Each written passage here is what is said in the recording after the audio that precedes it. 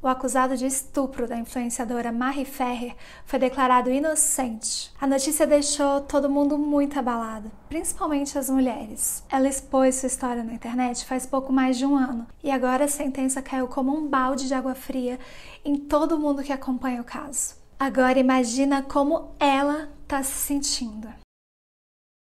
Eu frequento o local onde aconteceu o Café de la Musique faz muitos anos. Minha família tem casa lá em Jurerê. A primeira vez que eu pisei lá, eu fiquei chocada. Eu nunca tinha visto homens tão machistas. Vou contar um pouco mais da minha experiência depois, mas antes deixa eu explicar o que aconteceu com a Mari Ferrer. A Mari era influenciadora no Instagram e foi convidada pelo Café de la Musique para ser uma das embaixadoras do clube. Na noite de 15 de dezembro de 2018, ela estava lá, trabalhando, fazendo post e curtindo a festa.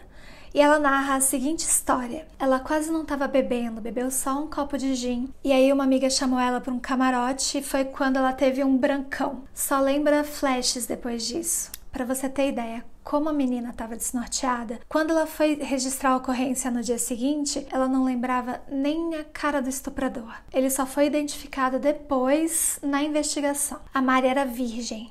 E uma das provas que ela apresentou no processo foi a sua calcinha coberta de sangue. Ela passou por corpo de delito, que verificou que o ímen dela foi rompido. Ela só tinha 21 anos. E quem é o acusado? O empresário André Camargo Aranha. Ele trabalha com marketing esportivo, conhece jogador de futebol e muitas pessoas influentes. É claro, ele é rico e pelo visto tem a justiça do seu lado. No primeiro depoimento à polícia, o André falou que nunca teve contato com a Mari. Acontece que tinha sêmen dele na calcinha dela. Quer prova maior? Depois, a defesa do acusado ainda anexou fotos da Mari manipuladas, muito toscas, bem claramente querendo desmerecer a menina como se fosse algum tipo de prova da inocência do acusado. Mas vamos voltar para a noite que aconteceu a história. Ela contou que tinha todo o cuidado de só consumir na comanda dela, porque já tinha ouvido casos de pessoas que sofreram o golpe do Boa Noite Cinderela,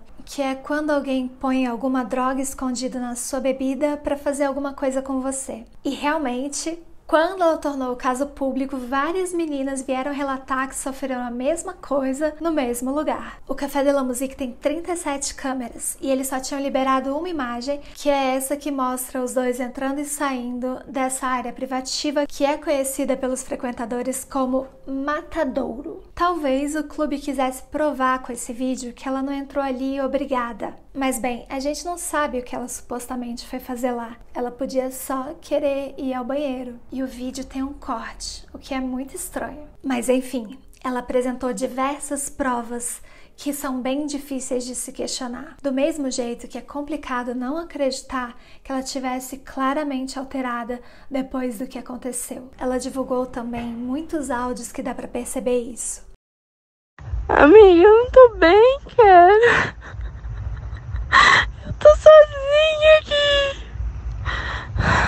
Depois do estupro, praticamente inconsciente, ela foi deixada no clube pelas meninas que considerava suas amigas. E é justamente o fato dela ter sido dopada que é contestado pela sentença do juiz. Ele diz que não existem provas contundentes contra o acusado. Ainda se justifica dizendo que é melhor absolver 100 culpados do que condenar o inocente. Para defender o empresário, o juiz cita um vídeo em que ela sai do Café de la Musique e vai para o 300 para encontrar as amigas que estavam jantando.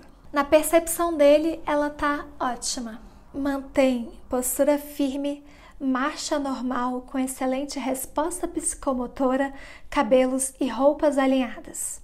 Que mesmo de salto alto ela consegue usar o celular. O juiz ainda diz que tá claro que alguém tá mentindo, mas não sabe dizer quem. O cara diz que não teve contato com ela, mas tem vídeo e DNA comprovando o contrário. Ele apresentou fotos da Mari manipuladas digitalmente, mas não dá pra saber quem tá mentindo. Outra coisa que ela conta é que o laudo pericial dela foi alterado, porque não aparece nenhuma droga no exame toxicológico, nem mesmo o gin que tá na comanda dela. Eu tô do lado da Mari Ferrer porque eu já senti na pele como são os homens de Jurerê. Eu vou contar só uma história. Eu tenho um amigo que tem um grupo de WhatsApp de garotos que vão pra lá todo ano, FCTP. Fiz as contas, tudo puta. Ninguém pisa na praia. É bebida, droga, balada o dia inteiro. E é muita mulher bonita. E rola aquele pacto padrão. Eles pagam as festas, as bebidas e elas aproveitam o glamour. Mas eles acham que podem tudo e tratam a gente como objetos. Então, nessa noite, eu tinha dançado a noite toda com um garoto desse grupo e a gente foi junto pra casa dele e ele acabou dormindo e eu fui chamar meu Uber para ir pra casa. Já era de madrugada, tava amanhecendo. Aí chegou um amigo dele que eu não conhecia. Ele me cumprimentou, perguntou quem eu era e eu respondi que eu tava com um amigo dele e ele tentou me agarrar à força. Veio assim com a boca em cima da minha e eu fiquei tendo que me desvencilhar.